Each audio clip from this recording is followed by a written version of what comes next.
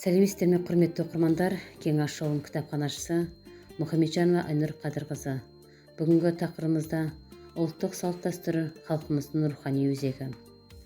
Ұлттық бірегейлікті сақтаудың қанымызға сіңіп тұрмысымызға айналған салт-дәстүрдің маңызы жоғары. Рухани құндылықтардың ұрпақтан ұрпаққа ауысып, сабақтасуы мәңгілік ел болудың негізгі өзегі. Сондықтан ұлттық бірегейліктің сақтау жолында дәстүр мен ғұрпымызды, ұлттық асханамыз бен тағамдарымызды жүйелі жаңғырту керек. Әсіресе ақпарат пен сан түрлі мәдениет тоғысқан жаһандану заманында ұлттық рухты бекем ұқсайтын салт-дәстүр мен әдет-ғұрып. Осы ретте дәстүр мен ғұрып арнайы жобасын енгізіп, рухани мұрамызды түгендеп, жаңғыртып, озған саралаудың өзектілігі жоғары.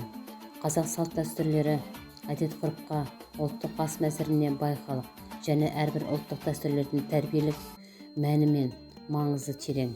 Ұлтымыздың салт-дәстүрлері ұрпақты өнеге мен білімге, елжандылыққа, ізгілікке, бауырмалдық пен өнегеге шақыруымен құнды. Сондықтан арнайы жоба аясында қазақ халқының дәстүрлері мен әдет-ғұрыптары кейіннен дәріптеп, ұмыт болғанын жаңғыртып, заман көшіне сай ұқтап, өскелең ұрпақты сол арқылы тәрбие жолға қойылу керек. Сондай-ақ ұлттық тағамдарымызды құндылықтың арттырудың да өзектілігі жоғары. Жобаның мақсаты көнеріп, қолданыс аясы тарылған дәстүр мен ғұрыптан бас тартып, ұмыт болғанын жаңғыртып, тәрбиелік және адамгершілік құндылықтарды, жоғары салт-дәстүр, әдет-ғұрыптарды заманға сай түрлендіру және қазақ ұлттық асханасының ерекшелігі мен құндылықтарын кеңінен дәріптеу.